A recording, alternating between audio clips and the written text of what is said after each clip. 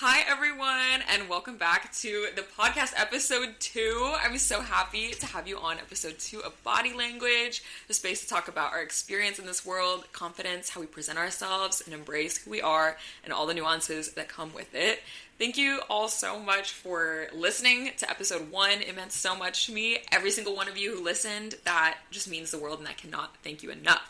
So, without further ado, we have our first guest, the amazing Sarah Rushing. Oh my god, Anya, it is such a excitement to be here. I'm so excited. I'm so happy. I feel so honored. Even you just talking right now, I was like, it is crazy. An honor to be here. Girl, it is an honor to have you here. First guest. First guest. I cannot believe.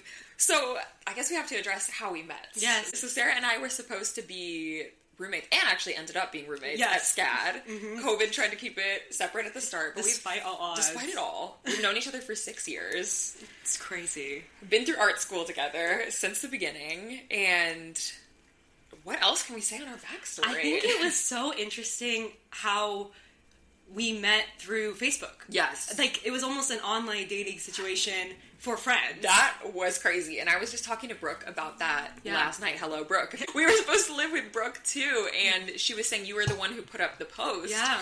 And immediately I was so drawn to your energy. And I feel like that has never ceased in our friendship. Absolutely and not. We are just, even with all our differences, very much like mirrors. Yes. Which is so special to It's have. so special. I remember seeing Anya's Instagram, actually, and there was a specific post where she had red lipstick on and this beret, and I was like, on a different level, this girl is supposed to be, like, I'm supposed to be her roommate. Like, 100%. Yes. Like, it felt so true. Like, when's the last time a dating app did that? That part. I was like, whoa, I see her, and, like, I feel like I know her already. I saw your photo, I was like, I feel at home with this girl. Yes. I've never talked to this girl, I've never met her before, and as soon as I DM'd you all, I was like, oh my gosh, your vibe is incredible, and we really just started in our shenanigans from there, and it's been a great 6 years. Like, I can't even believe it. Yes. And so now Sarah is in New York full yes. time. I'll let you share a little bit about what you do. Thank you so much. Yeah, right now I've almost been living in New York for a year. I currently study architecture at Pratt Institute. That's the thing that takes up most of my time right now. I'm a long-time lover of Anya's thoughts. I'm a lover of your thoughts. And we truly just talk and talk and think. Many such cases, yes. I feel like Anya is someone like, I mean, of course, one of my closest friends, for sure, but also someone I've loved to always have interesting, deep convos with. Just like the rants we get into, the fire, it really never ends. Yeah. And we wake up, when we lived together 3 out of the 4 years of college, and sophomore year we were in the same room, we'd wake up ready to talk, and just with thought. Absolutely. So, I would love to know, and this is going to be a recurring thing that happens when I have a guest on this question, which is also inspired by Sarah and her insightfulness and all the conversations we have, is what's one thing you wish people knew about you? I have been thinking about this question for a while, and I think I have landed on, I want people to know less about me. It's so good. It is so good. And I think that can be taken in many different ways, but really for me, I feel like I'm such often an open book, and often someone who is just like, maybe wears my heart on my sleeve to the nth degree, which is an amazing thing. Yeah. But I wish some people knew less about me. Same. Honestly, I feel so similar to that of like being an open book, and this year I'm like, maybe I've been too open. You know what? I've overshared. I've said too much.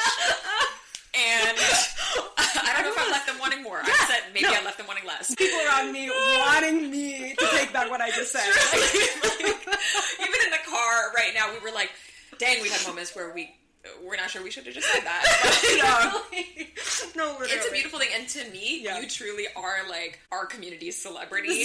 And so I feel like we all are, like, everyone is like, you know, it's so hard, especially on social media. Yeah. Everyone's forming their thoughts about you. Yes. And I get it of being like, kind of wish people knew less. But also the concept of wishing people just knew, like, everything from your point of view. Yes. Which is why I'm so happy to have you here today, because we need the Sarah Rushing story, point of view. Oh my God. on a lot of things. Girl, thank you so much. Well, I feel as though, like, it is especially activated by you. So the like, concoction we have right now is... I'm excited! It's correct, it's right. And I feel like, really, college, where we met... God, like, talk about confronting your own... I mean, God, your confidence, your shadow self. The shadow self was confronted nearly every day. I mean, well, yeah, like actually to be multiple times a day. And I it is so cheesy to say, but genuinely feel so lucky that we got to do it together, because I could not have gone through those times without you. Oh, and no, seriously, it is so special to have a friend who, like, accepts me as I am now, but also at the start of college when we were 18, that we're just rocking with each other from the get-go, even though we didn't know what we were doing. And that's such a special thing of, like, we've grown so much more sure of ourselves and confident, but we were, like, in it from the start. From the start. We were babies, even. And I mean, like, so crazy. It's kind of crazy going into college how grown up you feel, and then looking back on it, just like, God, we went through so much, and everything feels so intense and real when you're in college, and you're like, you were truly confronted by the masses. And you know, being in school right now, I talk to Anya all the time. I'm always like, the amount of, like, you were in the public eye, the amount of people that view you every day, and especially at school, a lot of people see a very vulnerable part of you because you're working, I mean, hopefully so hard, and you're spending all your time in architecture school. We, like, spend the night at the studio. I sleep over with these people. And they're seeing the raw self. The raw self, right. And I know it was like that in fashion school, too. Yeah. The fashion senior thesis was not fun. No. I know you experienced it in architecture thesis and now. Yeah. And no, it's so hard. And I feel like we went through kind of a similar thing at the start of college of, like, having people have more of a narrow idea of us from back home, especially being seen as, like, the good kid. Yes. And just us starting to get comfortable with, like, determining our identity on our own terms and doing stuff that might confuse people or might be different from what they would expect of us. Yeah. And one thing that is so, like, off topic, on topic even, that I've been thinking about recently is us expressing ourselves physically in a way that confuses people, whether it's, like, the tooth gems, the baby bangs. Yes! What are your thoughts on that? Because I feel like we've both done stuff that has, you know, reactions, whether positive or negative, from people. From our loving and dear friends. From our dearest. Like, people get scared. It's really interesting, yeah. It was really nice to meet Anya in college because we did bond over the fact that growing up in high school, we had kind of, like, a very specific way we presented ourselves, or maybe that, like, people took into account for their own, like, themselves to decide. And for me, it was definitely, like, I was really a goody two-shoes kind of. Girl, I mean, too. hey. And obviously growing up, you learn more about yourself, and I think you become less and less defined by the people who defined you in high school, which is, I mean, hey, in high school, like, y'all are children also. Like, tell me all the defining that was happening, and it was so intense, and you carry that with you. I think that's all you have whenever you go to college, of yourself, is kind of like, what did people think of you? And what did you do in high school? And it's like, wow! Like, life was so concentrated even, and I for a long time kind of felt as though that was going to be my whole life. Like, I couldn't even imagine life after college, and that's so true. It was just crazy it's been crazy to start to engage in the next chapter of life. I know. Oh my gosh. Well, how do you feel like your own view of yourself and your confidence and your ability to be yourself has changed? Oh my God, yeah. Like, from going to college and now from being an adult out in the real world, living in New York. Oh God, especially living in New York, it's really interesting. I think New York kind of forces you to confront yourself and sit with yourself and think about what you want, just because it is almost like I think of, like, the Gatsby line, and I'm gonna forget it right now, but the line about, like, the largest party, you feel the most alone. Yeah. And that's just like New York, like, no one's caring about you because everyone's so concerned in themselves, and there's actually a million people who are worried about yourself. I think it's allowed me out of college to express myself in a way that is maybe more true to myself, and confronting that is really interesting because it's not comfortable. Yeah. It's not the first reaction, because I think the first reaction for me and you is was to kind of please people around us, or whatever, make people not confuse anyone. I know, it's like, okay, this is your idea of me, let me stick to that, because it is so awkward to do something and like throw that curveball at people, and now I feel like we kind of revel in that a little bit, which has been such a change. I feel like we have gone through together, is like, instead of that discomfort of doing something really different, being like, actually it feels good to surprise people. Yeah. And I guess for context, like, I recently, and this is a funny thing, but it's actually like such a true part of me. I recently got baby bangs. Yes, and they were beautiful. Well, thank you. I recently cut myself baby bangs, and from what seemed maybe from outside like a kind of silly and whatever kind of move, it really made me feel more connected to who I am. I love that. And that's such a crazy thing. No, the baby bangs connected you to your higher self. Literally, all it took was a chop and to see my forehead a little bit more. Good. It is. It's good. But it is those little things. It is those little tiny, like, acts of things. And also, like, okay, so when that happened, I think, and people, obviously with people viewing, just you going about your life, people are seeing you, and that's a horrible thing. I know. It is, like, I wish there were days where I could have an off button and just be incognito. Yeah, thank you. Invisible. Like, please, thank you. Especially in New York. Yes, especially in New York, and especially when you have fresh baby bangs. Truly. No, it's truly like the second you make a physical change, everyone and their mom is about to make a comment that you've unsolicited about your choice. Yes. And it's like it offends them personally. I'm like, it's not on your body. And it's like, I mean, my friends, obviously, wonderful feedback. Wonderful feedback. Love them. Thank you. I'm so grateful to have so many wonderful friends who are so happy when I indulge in myself and make a physical change that, whatever, is maybe fun and maybe not quite like the norm, and are happy that I'm expressing myself in that way. But yeah, I had some people in my life who were kind of like, girl, now what the hell? You look crazy, or whatever. Why would you tell me that? They're already cut. I'm like, so when I had the scissors in my hands, maybe see that. You held your tongue then. Speak now or never oh hold your peace. My gosh.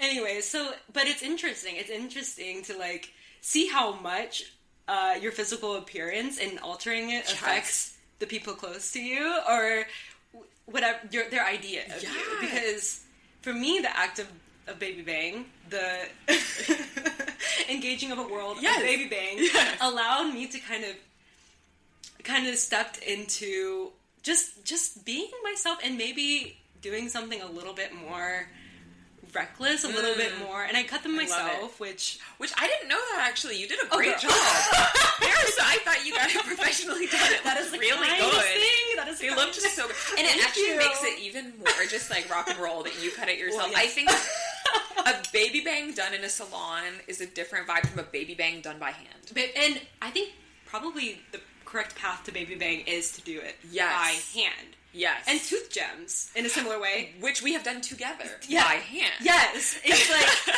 it is a small thing, but it's like, you need to do it for yourself. It's like, and also bleaching your hair. It's like, bleach your hair by yourself one time. Have you done it by yourself? I haven't. I wish I have. No, I've only gotten professionally bleached.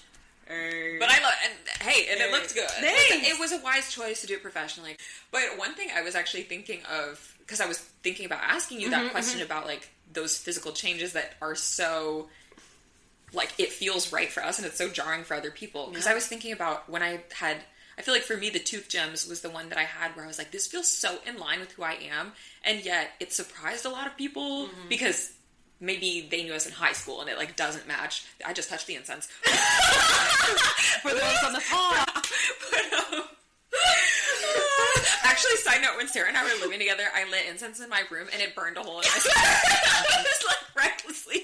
You and I were a little reckless with our fire. We leave candles on, incense 100%. on. Like, that was a problem. Yeah. We were really like, it was really intense the way we like lit that house on fire on the daily. And oh like, my gosh, and our sage. in our sage. Just such a blessing of living together. It was so special. Anya and I, we lived in this house. I almost just said the full address. Wait, it's amazing that you remember, because my memory's shot. Like, I actually don't know what's wrong with my memory. Oh, it's a trauma, babe. Oh, honestly, yeah. I think that might be it. Like, yeah. Sarah and I probably got out of SCAD within an inch of our lives. Like, they literally gave us a run for our money. No, but we stuck through it together. Yes, we got stories to tell of the friends we made along the way. Literally, it was all about the friends we made along the way. And you're not even my day one. You're my day like -20. Like, we knew each other before school even we were started. chatting on Snapchat.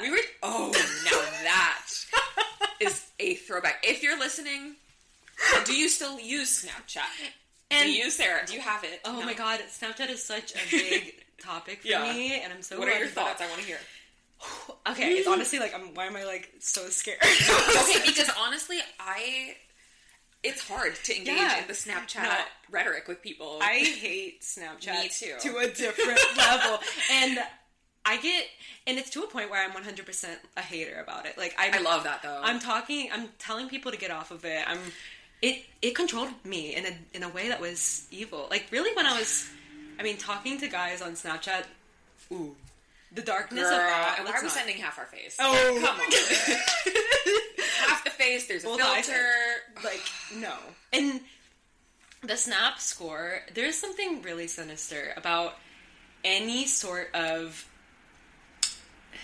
public data in an app. But really, it's like, tell me why there's numbers. Oh, gosh. Tell me why we have followers. I know that sounds crazy. No, I agree.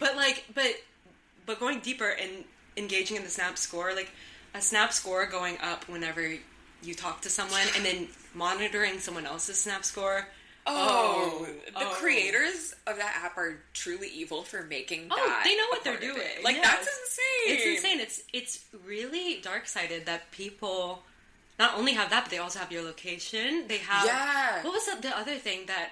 Really, the stalking of the Snap score was really intense for me, and I did that. Scary. I did that too much, and thank God, I'm happy to say we're clean. Yeah, we're clean. We're clean. Gone to we don't have it. Like, honestly, I'm gonna say the officially endorsed stance of this podcast is anti-Snapchat. It is. I think we're in our 20s. Yeah.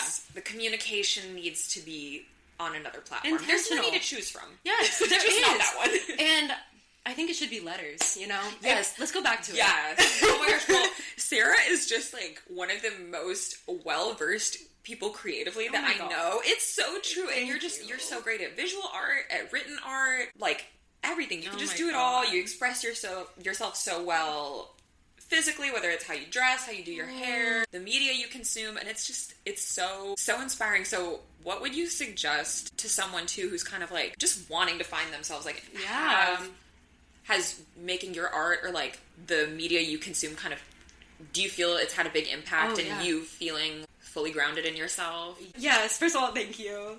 I'm totally humbled by that statement. And it's just so sweet that you said that. But I think it's interesting. I'm definitely still completely on a journey of self-discovery.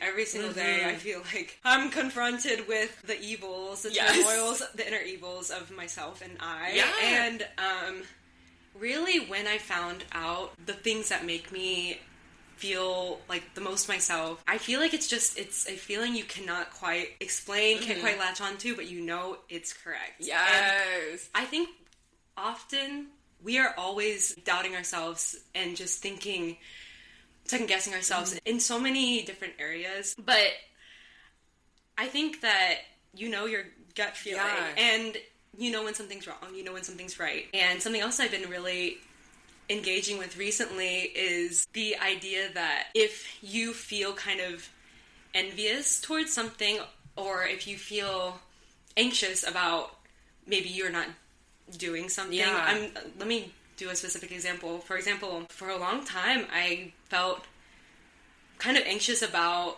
moving to New York, or I just wanted to move to New York so bad. I was so jealous and those aren't really positive feelings, and I was really kind of overwhelmed by them, and this kind of happens throughout my life. But looking at that and kind of evaluating it and turning it into something good looks like me maybe thinking about that and being like, okay, what does this mean for me? Yes. Like, this clearly shows kind of what I want, and I believe that if you feel that way, if it resonates with you so intensely, it's for you, and you can reach it. And if you feel that jealousy, it's not necessarily like it is obviously hold yourself accountable. Of course hold yourself accountable, and I'm not saying it's okay to act a certain way, but I think that when you're confronting those emotions within yourself, knowing that you are looking towards something, you want something, and to want something like that means it's for you in a way. Like you can access that very easily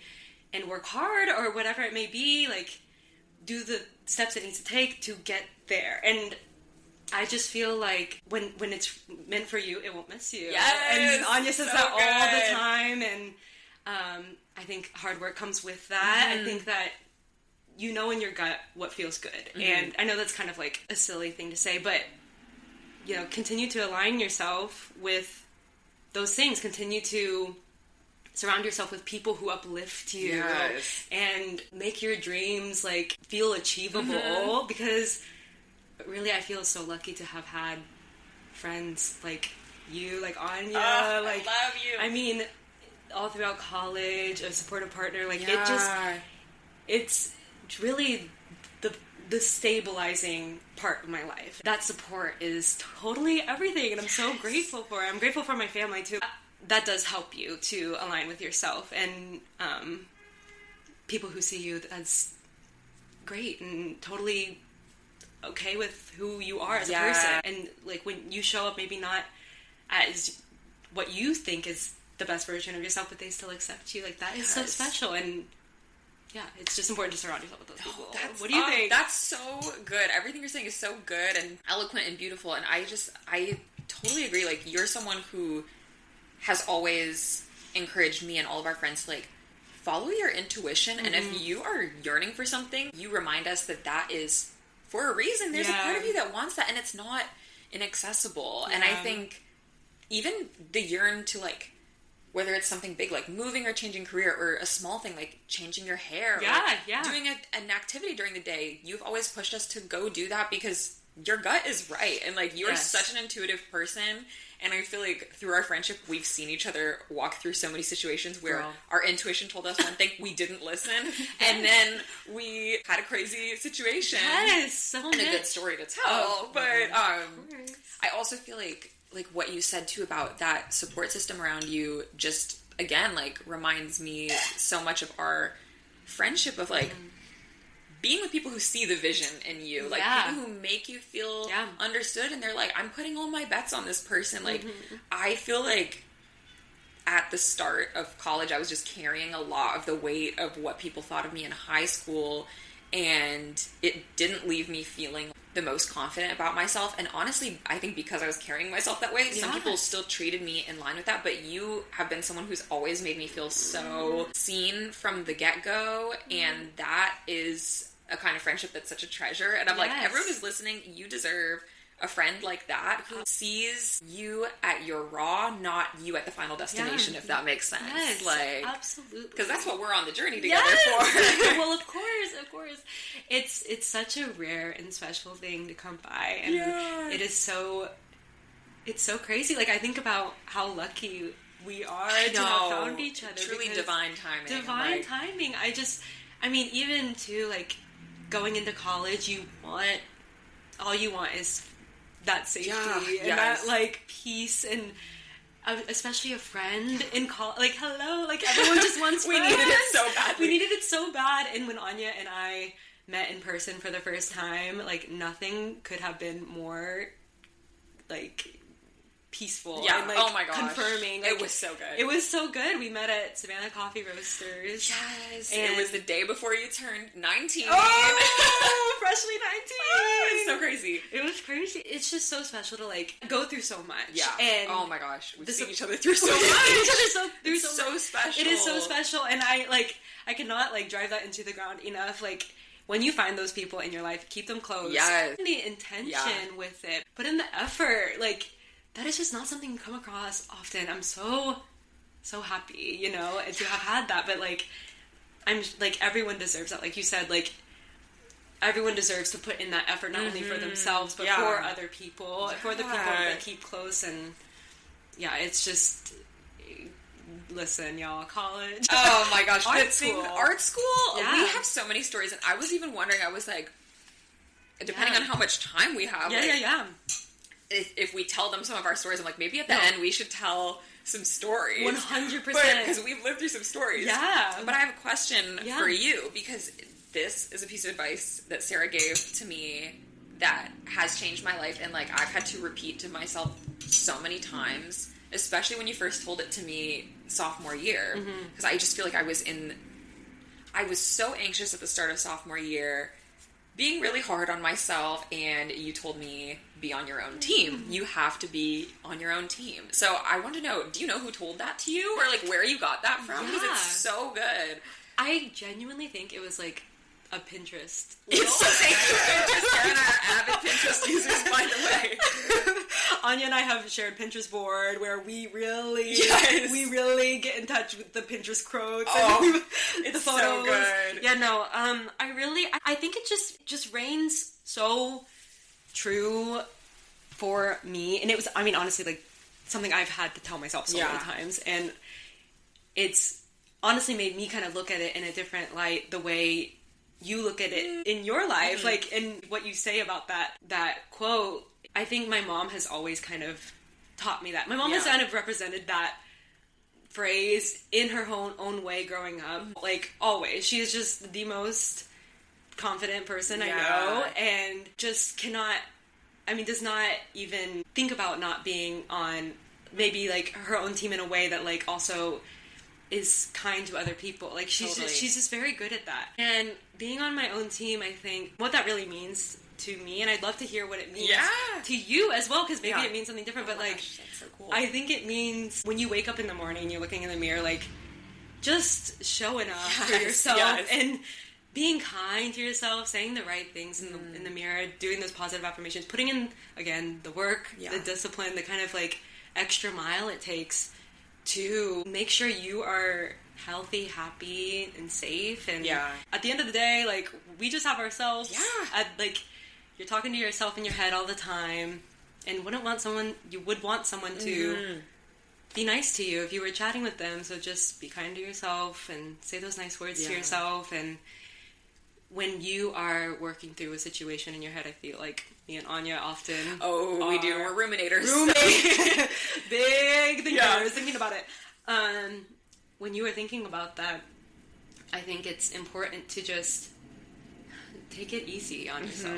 Be kind. Just as you would a loving friend. You need to be your loving friend. The story. What does it mean for you? Does it mean something different or more or less? Which is so cool, because I feel like it's so interesting how we apply it so differently. I feel like super similar of, like, when you first said it to me, I think it was just in a time where I was, one, being super hard on myself, two, kind of immediately mentally going to the worst possible place of, like, I don't even know what I was going through in that time, but we're in school, there's a lot happening in class, socially, all of that, and balancing life back home too.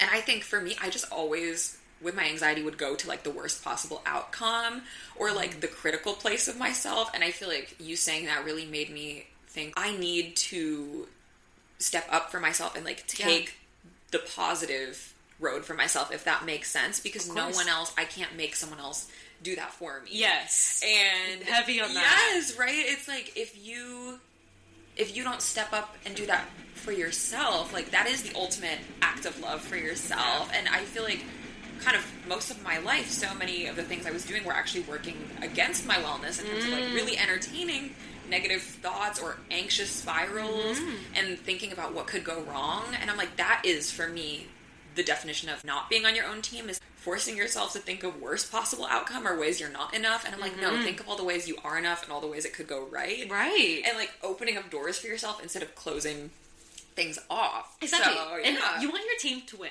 And Oh, yeah. hey, I love that. We go deeper into the metaphor. True. We're playing to win. Pick it up. Let's pick it up. Wake it up. No, that's the thing is like, if you want your team to win, you gotta give it the best possible foundation. Again, you got to show up in the correct way. Yes. You just have to, and you have to put in that effort. And I think, like, I could not have said it better.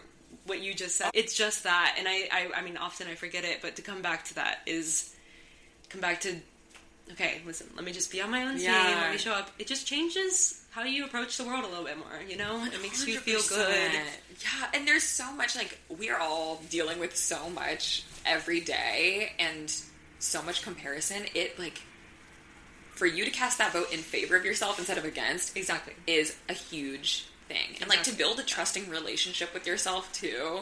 And I just feel like we've kind of watched each other grow that throughout all these years too, which has been so cool. It's so special. It's crazy. It's crazy. I feel like we have to address waking up in our sophomore year dorm and we would just have our feminist conversations. I have just loved this part of our friendship so much too. I feel like we are just very similar on our views of like gender and the female experience, and it doesn't make more sense the older you get. It actually gets more confusing and more layered. And absolutely, I think you being in a career where it can be, I don't want to say male dominated because the women are doing an incredible job, but I think the men tend to make their voices and presence really loud in architecture. I'll let you speak on that. Course, like, how has it been being in architecture as a woman? How do you feel the spaces have treated you? Yeah, absolutely. And I think it's, first of all, thank you so much for asking that question. I think it's been different in different spots. As usual, going to school, there's actually a lot of women mostly women, who are studying architecture, which makes me very hopeful for the future of architecture. Being in the professional practice, often the firms I have worked with are mostly men. Mostly white, older men in charge, and usually not a very diverse crowd under them. My first internship, I was one of 2 women in the firm. And that's insane. Which is crazy. Yeah, it is kind of crazy. And architecture is a really interesting field to be dominated by men, because these are the people who are shaping spaces for a very large mass of people, and that includes, oh my goodness, so like anyone you could dream of. And I think that's why it is absolutely essential to have people in a higher power in architecture be very diverse, be women, be people of color. Like, these are the people you're designing for, you know? And I've definitely received not the best treatment. I think a lot of women in kind of corporate workforces, it becomes a very casual space. Yeah. Being in corporate, like, it's kind of crazy, actually, how casual it gets. Like, we're getting drinks, we're, like, chatting. There's a little bit more time to kind of sit and think, and I think that allows for maybe some mistreatment. Definitely some mistreatment. And I think that the women I have talked to in the field, they are often kind of hardened, actually. And they are, I mean, God, they're fantastic. And I'm thankful to come across them here in New York very, very often. But I think that there's a way that people present themselves, women present themselves in the field of architecture that makes men respect them more, respect their design choices more. And that is actually kind of, in a way, like, having these quote-unquote masculine features. Yeah, totally. Whatever that means, obviously. I've noticed too, like, there's a firm I worked for, and when we went on site, a lot of the construction workers only would talk to the male architect. Which is so crazy. They're not even hiding it. It's like they're not even hiding it, even though maybe the woman is a little bit more qualified than the man. Or is in charge of the whole thing. Is in charge of the whole thing. And often, hey, that actually is the case. Like, I mean, I'm very grateful from, like, the most recent firm I've worked in to be very diverse, and actually, really, one of the big reasons why I took the job was that this woman came up to me during my interview, and she was like, I just got my license in architecture, and she's like, I will do everything. So special. I will do everything in my power to, like, get you there too. And she's like, we women need to stick together. Yeah, I love that so much. We need to lift each other up and, like, get to that point. And she, I mean, God, I look up to her so much, because, I mean, getting licensed in architecture is it's just not an easy job for anyone. No. She was also a mother. And, I mean, girl, to do all those architecture exams while also taking care of a child, and not only that, but balancing a social life on top of it, that's amazing. That's amazing. And I mean, dare I say, maybe a little bit more amazing than someone who was not doing that. Maybe a man who was not. Like, it's fantastic. Yeah. And I look up to women in this field all the time, women that are designing spaces. I mean, it's so interesting to think about a world where most of the spaces are designed by women. What does that look like? What does that feel like? It feels amazing in my opinion, don't you think? Yeah. I knew nothing about architecture at all before meeting Sarah, and honestly didn't even know how to look at a building and, like, form certain thoughts about it beyond being like, it's modern, it's gothic, it's, you know, like, and you just opened my eyes to, like, not just the functionality of the space, but, like, the emotion behind it. And I feel like one thing that has been so interesting to see you go through, and I feel like you've kind of even maybe recently hit, like, a breakthrough moment with it, is your work has always been so different from your peers. And to all of us who've seen it, Sarah's work is just incredible. I truly can only describe it as, like, to me, you're such a visionary, and I know none of us like to get the compliment, but it's truly, your work is incredible, and it makes non-architects feel excited about architecture, which is so cool. But I feel like in college, men in the architecture program would do it a very traditional way, and then I think a lot of the women as well, again, like you're saying, to kind of assimilate to, let's copy male traits so we get respected more. We'll also do it in a more traditionally harsh, rigid way. And your way of designing has always been really, like, I'm trying to think of how to even describe it. Holistic. Oh, thank you. Yes. It feels so holistic to me, and just, it doesn't interrupt the area that it's in, but, like, works with the environment it's in, works with the people, works for the people. And I feel like it's so special to see you really owning your work and being like, I'm confident in this, I stand by this, I'm just so proud of you. Oh God, thank you so much. I mean, it's so interesting too, because Anya's such a great person to chat about design and architecture and these problems with, because I feel as though fashion and architecture are actually surprisingly so similar in a way I never would have thought. And like, what a beautiful world to be opened up to think about.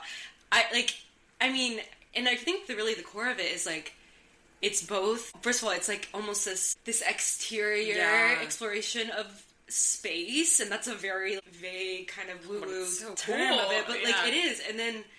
And then also it has to be functional. It has to actually work. To think about, I mean, I also did not really know too much about fashion until living with Anya and kind of seeing firsthand what it takes to get a garment together and for it to work, and not only that, for it to be beautiful, emotional, to, like, be thought-provoking, and that it is in Mrs. Anya Gazes' world, let me just tell you, like, 100%, but I think, like, that's just that's what occurs when you let women into these designing spaces, these functional working design world. It's so exciting, and I think that bringing an emotional viewpoint to something as rigid and as intense to architecture is actually what it looks like in the future and what it should be like every time you confront a space that people live in, you know. That's like, to consider everyone around it is essential. And I think, like... Yes! And you really do it so well. Thank you. Thank you so much. And I think with fashion, it's very similar because you are wanting to empower women. Yeah. Or whoever that may be. But I think in Anya's case, may I say, yes, I think it's women. It is women. Ding, ding, ding. 10 points. Thank you. But in a way, it's like, that is so considerate. That is the correct way to approach fashion, to understand its impact, to understand what it looks like when it's helping people. What is it? What does it create? Right. That's such a beautiful way to put it. Like, that's gonna give me some extra fire this week to, like, do my work. Because it's like, it's so hard to have motivation for it every day. But, like, I think that we can kind of remember the why of why we're doing this, and, like, that we have people in mind who we want to make comfortable and make a space for, whether that's a living space or just a clothing space. Yeah. A t-shirt shaped space. Consistently living in a t-shirt shaped space. In a t-shirt shaped space. Today we're in a tank top shaped space, a pant shaped space, and a dress shaped space. Listen. But, no, I feel like we have just gone through some similar things in spaces where it's like the majority in the classroom setting is women, and then in the workplace or like the highest up people, the people who are most acknowledged are men, and that is such a confusing thing, especially when you're like, look at the demographic who's passionate about it, who's enrolling in classes to learn about it. There's so many women in your architecture program, so a majority women in my fashion programs, and when I see the final dictator of whether it's a home-shaped space or a clothing-shaped space, being a man, especially often a cis straight white man, and here we it's are. like, all right, so immediately your idea of who needs to use the space or the garment is a lot more narrow. Right. And I think just like being overlooked in our programs it's so hard. For me being out of school, and I wonder, like, does that feel good for you being in grad school? Yeah, I think grad school is different. It's, a lot of people are coming from actually being in the practice. And I think being in New York is different. There's a lot more viewpoints you get to see, and I'm very grateful for that. And I'm very grateful that I'm in a space where the people that are hired are not only very intelligent, very well-versed in their job, but also from all kinds of backgrounds, from every different place. And that's how it should be. And I think my program, too, everyone's a little bit more excited, choosing education to come back, like, very much intentionally coming into grad school with the idea of getting a professional degree. For those of you who don't know, you have to get a professional degree in architecture to eventually get a license in architecture. We will not bore you with the details of that. Sarah is pursuing the highest level, and it's a lot of work. I feel like I didn't even know how much goes into it. It's like someone, you know, studying to be a dentist or doctor, where it's like there's a lot more higher education because you are taking care of the lives of people. Sure. You don't want a building collapse. Right. And God help, you're getting education for it. So I'm just grateful for that. I think it is a better case for sure. Yeah. And I mean, just being in a new space is always good, and just exposing yourself to the most diverse spots you possibly can is important. To listen to the people around you. Listening and hearing, you know. And again, listening, very feminine thing to do. Yes! Like us women, like, we're really good at listening, engaging, asking questions. Yeah. Can I ask you a question about fashion? Please, I would love. I have to ask you. Okay, so obviously it's a very difficult thing to engage in the practice of fashion and be surrounded by higher ups who white cis male. Yeah. Derogatory. Like, what's the abbreviation? The WCM. WCM. How do you work to create your fashion in a way that maybe triumphs over that, like, allows you to, how do you stay, and this is such a crazy question, but like, how do you stay motivated, stay inspired? What inspires you? Like, if it is like women and like who? I know that's such a so crazy question, but like thank you for asking me that. That is a beautiful question, and things like that help me to remember why I'm doing it. And I feel like for me, fashion really helped me to kind of craft my identity. I feel like, side note, Sarah and I love drag, love RuPaul's Drag Race. Yes, all of it, and yes, it's the drag. All of us are doing a drag every day, and I think, I don't see it as pretending to be someone. I think you actually, because all humans are creative, we create ourselves just as much as we're born ourselves. And so for me, like, using clothes to express myself and create imaginary situations almost has been just like a way for me to interact with the world and experience the world, and it has helped me to be a more confident person. I feel like dressing as if I was confident before I felt confident helped me to get to that chapter in my life. And so I feel like the woman I am dressing is kind of like the woman that I want us all to get the opportunity to be, which is someone who feels very safe to express themselves and can be as covered up or not covered as they want, and it's not sort of riddled with people's ideas about them, if that makes sense. Just like someone entirely expressing themselves for their own joy and the joy of others getting to see it. I feel like even my college thesis collection was just of this idea of someone who is so protected, and I think that's how I want my clothes to feel for people. Like, to feel like their highest self, to feel beautiful and strong and powerful, and to give them that little extra boost to get through the world. Absolutely. Yeah. Like, you guys inspire me so much. My friends inspire me. Sarah inspires me so much, and it has always been like such a muse for the brand because you're such an incredibly strong woman, and it is so special to have people around me who I look up to in that way and want to create for. And you know I love Rosalia. She is like my creative inspiration because I see her and she is like such a mix of strength and femininity, and them coexisting and it not being one or the other, and a joy and freedom with it. And so I feel like that's kind of who I'm dressing as, like the communal higher self, who I wish we all would get to be every day. And giving us a little pushback against society. Also just the space to like get to play and dream, and like I don't think clothes should be practical. And that's where like the drag of it all comes in, right? Like it should be extravagant. It should be kind of fun and joyful. And I love in college, Anya and I, we would have these parties that were like dress up parties. Yes, always a theme. Always a theme. These themed parties, and it was seriously like, I mean, truly like a very small number of us. We would like be at sometimes eight of us, but to like play like that, to be like, oh, we can dress up, like let's dress up in what was it, like 50s clothes, and we did decades. We did like we had one. We all came dressed as a man.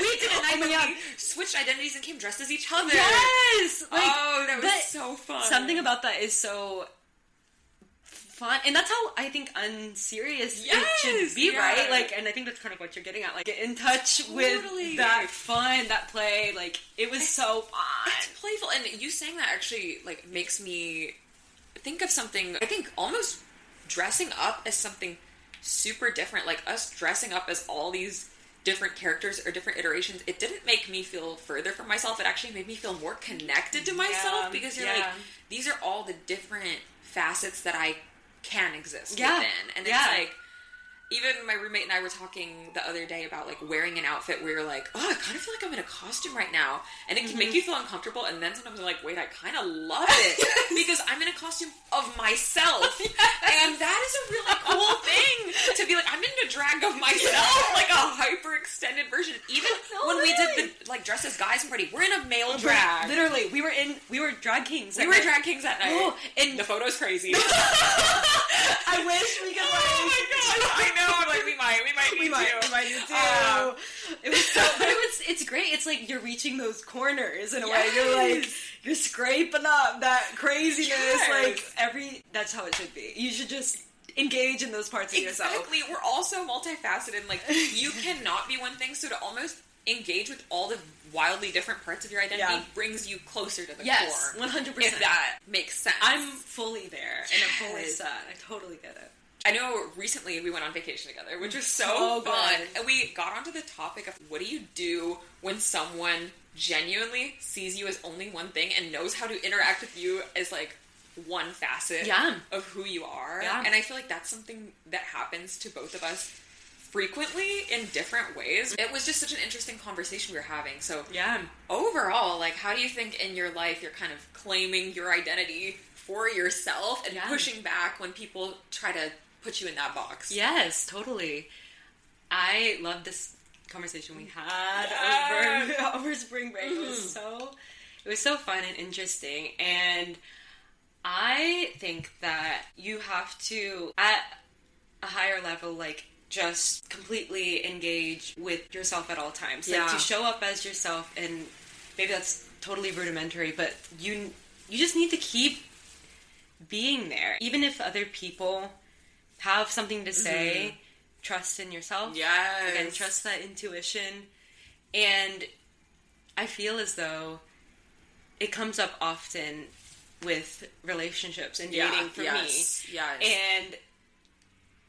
And I think of people, women women that are made fun of or played at for dating many men or dating a normal amount of men. And to me, it is so intense, like the ridicule a lot of female celebrities face for just doing normal things that women can do, engage in relationships, and dealing with that for myself. That's something I kind of struggle with, like feeling kind of like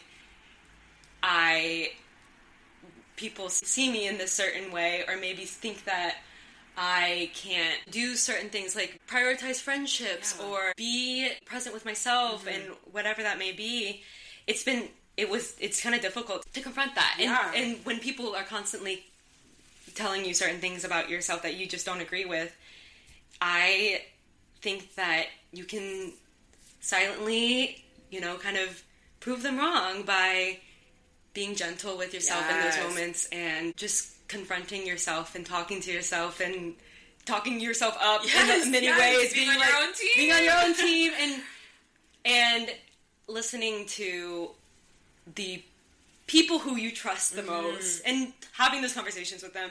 I think too, like, I get so stuck in an endless loop of like, oh God, I don't want to like bother my friends with these questions, or if I feel like someone feels this way about me, I don't want to bother them and like, ask them about it. But having conversations is like the essential part of life. And like, I think that those insecurities are important to kind of like make lighter by chatting about it. Like don't let it weigh on you so heavy. Yeah, it's definitely a work in progress. I'm still like so much every day thinking about that and thinking about how I can show up for myself every day better. Yeah. And I love that so much. Sure. Yeah. And what do you think? What is your opinion about it? That's so good. Well, first thing that comes to mind to give you a shout out is like Sarah balances everything so well. You balance everything so well, and that's why it's so crazy to me. And again, well, not crazy because of the WCM wants to stand society that like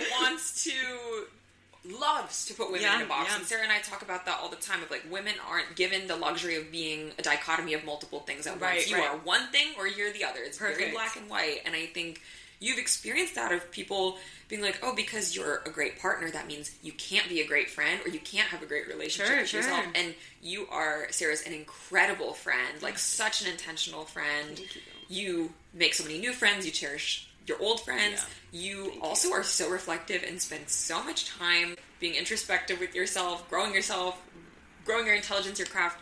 And so it is just such an example, especially when you hear it from women in your life of like this internalized misogyny of we're going to boil you down to just one trait. One or the other. And I feel like for me too, I'd just always be like, people are like, oh, she's so nice.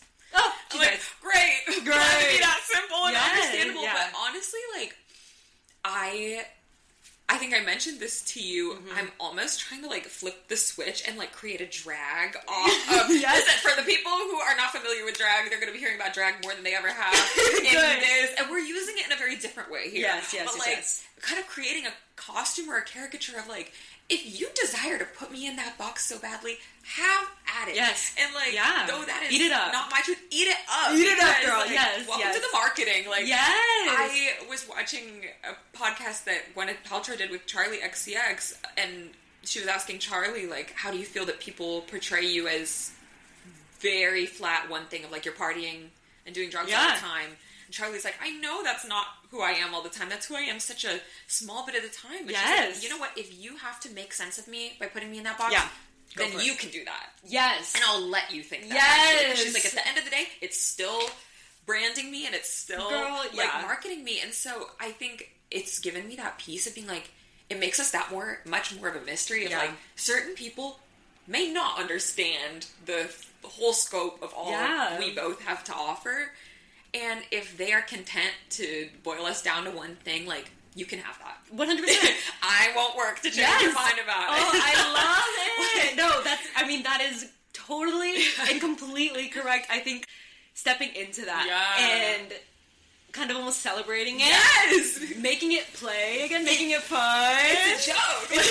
It's a joke. Like, it's totally correct. It's the perfect way to go about it, and I think I could absolutely myself engage with it more and turn it up a notch even. Right? I feel like it's kind of a good exercise in self-love too, because a lot of the time the qualities that people will box you in for often aren't ones that you love or like not a label you want.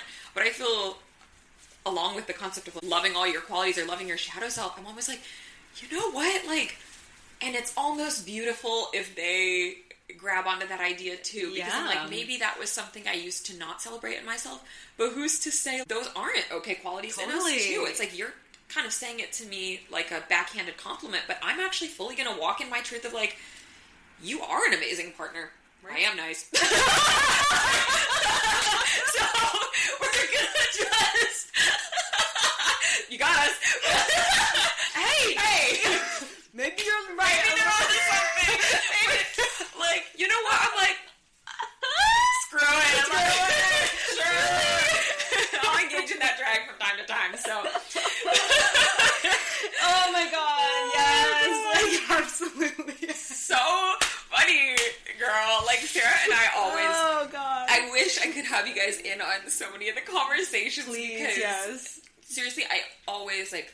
We always say this when we leave hanging out with each other, but it's so true. I always leave feeling better. I always leave feeling more known. Like, you make us all feel so known and understood, but we are truly, like, two kindred souls. Yes. Even when we're experiencing flip sides of the coin, it's so in sync and in tandem, and I need to have you on again because there's so many more things that we need to discuss. Absolutely. Oh, girl. I feel like to wrap up today, we have so many funny stories, so I was like, if you have any that come to mind from SCAD or just life that you want to tell, please. I came across the photo of our one-on-one wine night when we lived together in SCAD, which one day, I'm sure it was a weekday, we just decided we were going to have a wine night, just us. Yes.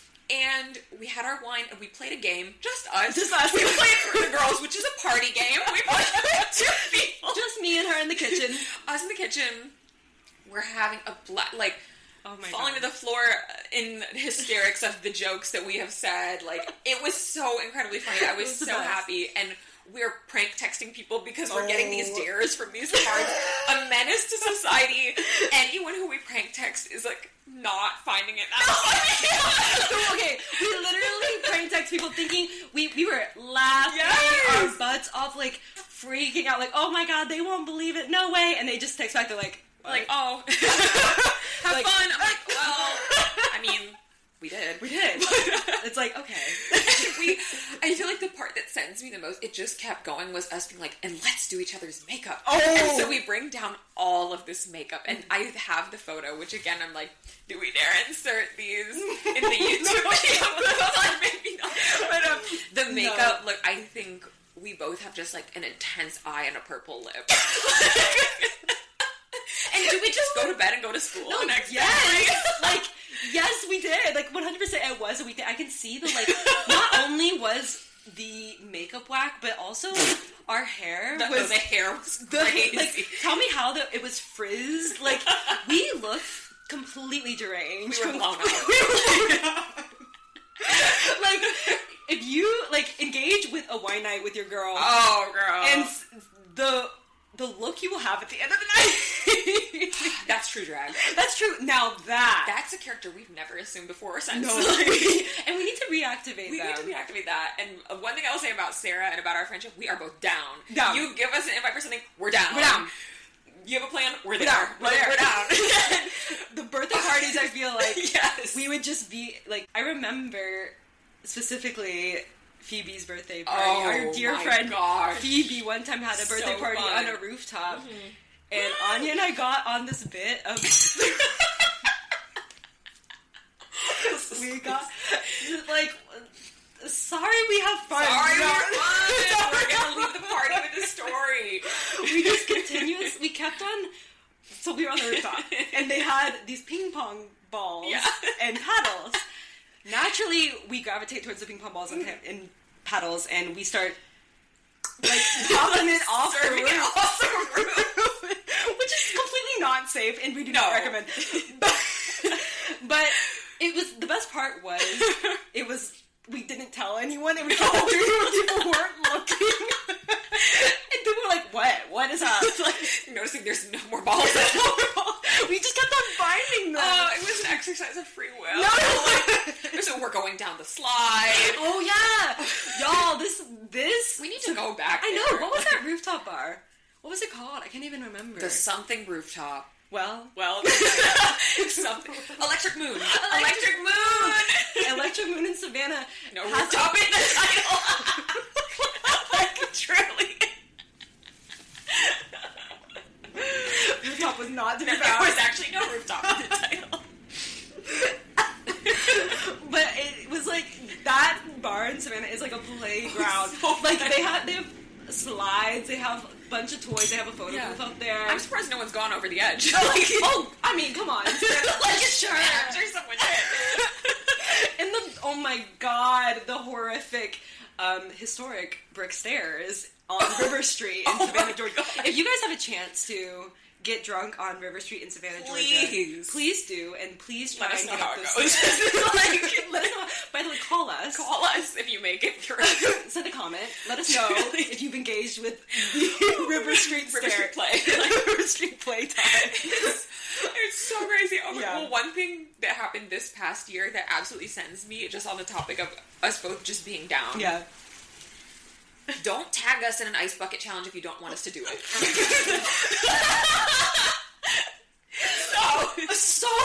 So we're the only two who did it. Sarah, Please, oh my god. So I'll let you tell us. Yeah, I will. So I don't even know who tagged me in it, but was it Robbie? I think so. It was my younger brother Robbie. There was an ice bucket challenge going around. A new wave. A new wave of ice bucket challenge, and I was very excited to do it. It was a good cause. It was a good Mental cause. health. I probably tagged. I mean, I tagged so many people. How many did it? One. And who was that girl? Me. I was at work. I saw him like, this is my call to action. we were so ready and excited to do an ice bucket challenge. I was in my shower recording, putting that on my main story on It's Instagram. for everyone. For everyone. I don't have a private story. It's just going like,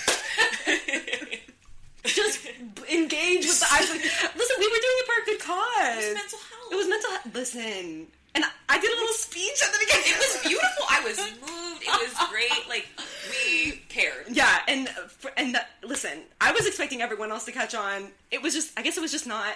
It did not. It ended with us. It ended with us. So I did it after Sarah tagged me, and no one I tagged did it. So, and I was a little embarrassed. Here's to living your truth.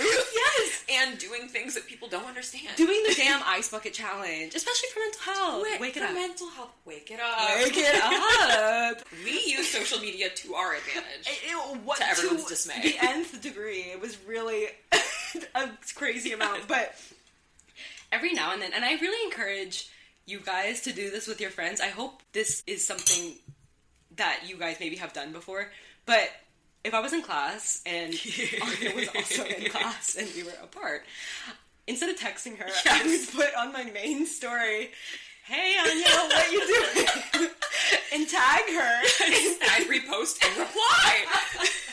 And Anya would repost and reply until we'd have a full conversation on our main story. And people would swipe with it, like, I have no idea what this is, but I love it. They're like, what? And thank God we did it because it lit up my day. It made my day too. I just love that our friendship truly, we have the freedom of play. Oh yes, 100%. And we're gonna play. Yes, and make an Instagram account for the friend group, which...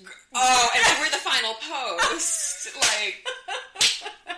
I actually was thinking about that too with the wine night story because we were the final post. Because we were the final post. The wine night dare was, one of them was to post on our friend group Instagram, which, guys, a friend group Instagram in college. It's going to change over the 4 years. And... everyone you're gonna leave. It won't be everyone, but it will be the real ones because I left with Sarah, and this is incredible. Yes. We got our girl Sophie. Yes, of course. And to the ones we lost along the way, they taught us, made us better. 100%. Gave us stories and nightmares. Yes, to bit material. Absolutely, and I will never forget it. I will never my forget. gosh. The friend group Instagram. The friend group Instagram.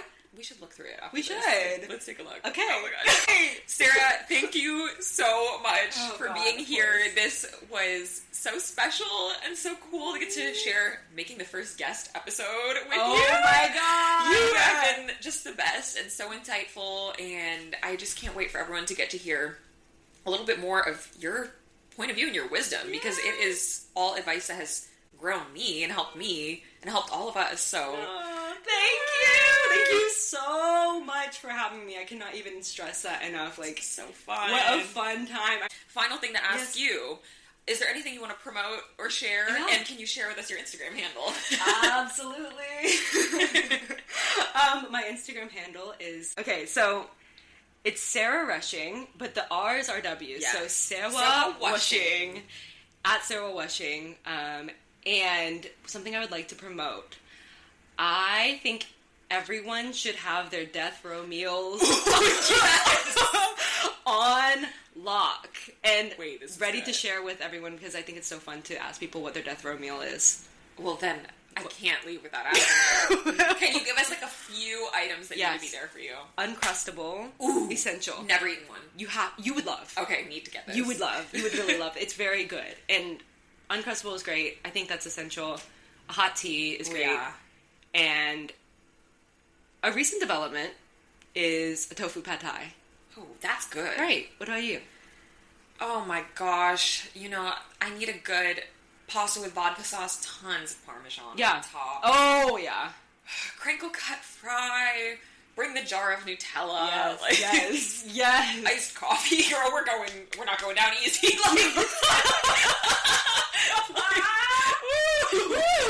Finish. I'll be ready by the time they pick me up. You have to roll me out. You know what? I think she ended it herself. She's done. She's done. Let her go. Oh my gosh. Okay, everyone, you better be thinking about that death row meal. Think about it. And please, I'd love to hear it in the comments too. Thank you guys so much for listening. You can follow on Instagram at BodyLang Podcast. And we'll see you guys in the next episode. Yeah. Bye. Bye.